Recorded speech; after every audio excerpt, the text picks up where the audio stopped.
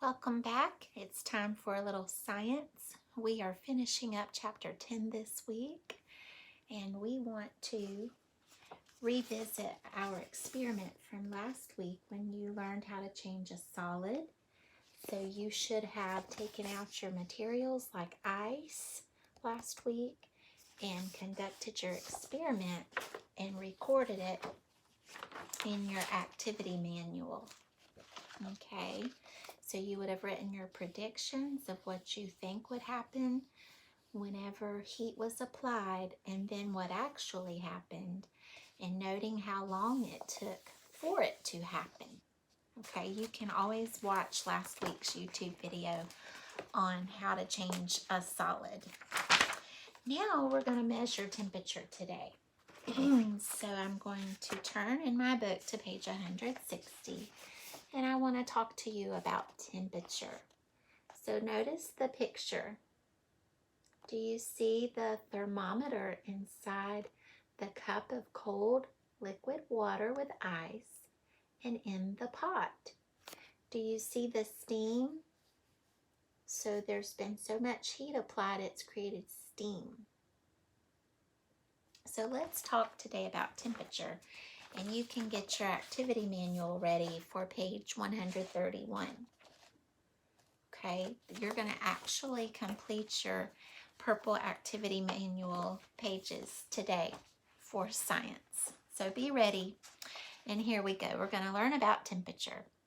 Matter can change its heat as heat is added or removed. Some kinds of matter change only when they are very hot. For example, gold, like you see here, this is a gold pendant and necklace. So gold melts at a very hot temperature. Other kinds of matter freeze only when they are cold. Salt water in the ocean freezes at a very low temperature. We use a thermometer to measure temperature. Matter that is hot has higher temperatures. Matter that is cold has lower temperatures. People have found ways to change temperatures. For example, when you put an apple in a refrigerator, the apple gets colder. Its temperature goes down. When you bake a pie in an oven, the pie gets warmer. Its temperature goes up. So as we saw in our example, when the water is cooled, the temperature goes down. See the red marking on the thermometer. It's a very low number. When the water is heated, the temperature goes up. Okay, so let's think about a biblical application, working with God's world. God planned our whole world. He made all matter. He designed matter so that it could change. If we did not understand how matter changes, we could not use it to do many things. Every day you use matter. You eat solids, you drink liquids. Sometimes you change matter, such as when you make ice. Learning how matter works is part of learning to work with God's world. Working with God's world is one way you can please Him. Here is your question. How does the temperature change when something is heated or cooled? So remember, when the water is cooled, the temperature goes down. When the water is heated, the temperature goes up. Now it's time for a little practice. Open your activity manual to page 131. The directions say measure the temperature, color the thermometer to show the temperature, and answer the questions. So you're going to need a cup of lemonade with ice cubes added, a square of gelatin, and then gelatin after several minutes.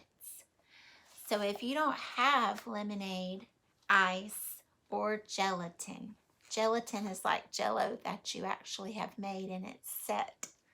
Okay, so you have to use hot water to make your Jell-O. And then you add your cold water to it. You stir till your Jell-O is dissolved. You put it in the refrigerator for a couple of hours, and when you pull it out, that liquid Jell-O has turned into gelatin. It's real jiggly and fun to stick your fingers in. It's also fun to eat it with Cool Whip. So again, for this experiment, you're going to need lemonade with ice cubes added, a square of gelatin, and gelatin after several minutes. And it's asking you to note the change in temperature. Now, I would like you to notice how your thermometer is in the Celsius scale. In America, the United States, we use the Fahrenheit system for measuring temperature. Okay, so if you notice on Celsius, degrees Celsius, it's a scale that is measured in tens. Okay, I just wanted to note that difference to you. And then we have our study guide. Now, what always happens after we do a study guide? Do you remember? There is a review and a summary, so we understand what we learned, and then we usually would take a test. So you do have a Chapter 10 test that I gave you in your extra credit papers in a brown manila envelope. You do not have to take the test, but if you would like to use that test as a way to measure what you've learned in Chapter 10, you can send me a picture of your test for your extra credit points. So remember, a test is like a tool. It's used to show us what we've learned. It measures our learning. Okay, so today you're not only going to think about temperature, but you're going to go back into the chapter thinking about what matter means, solid, liquid, and gas, water vapor, and words like evaporate and condense. And you'll see a cool picture as well. So see how she's going to turn her liquid into a solid. The liquid is in the bowl, and when heat is applied, it transforms to a solid. So remember, she's working with God's world. I'm so thankful that God gave us so many things to enjoy in the world. I don't know about you, but I love to do things in the kitchen. That's a way to work with God's world. When you read a recipe and measure ingredients and follow steps in a logical sequential order, when you observe the different changes that occur, you are being like a scientist in your very own kitchen. You're being creative. You're being like a mathematician, a problem solver. Okay, you're being helpful and responsible, especially if you clean up after yourself. So there are just so many lessons that can be learned in the kitchen. And that's one of the funnest ways you can get your learning, is by going into the kitchen. So here's your challenge today. When your science is finished, why don't you see if you can be helpful in the kitchen? Follow a recipe. Make that gelatin today.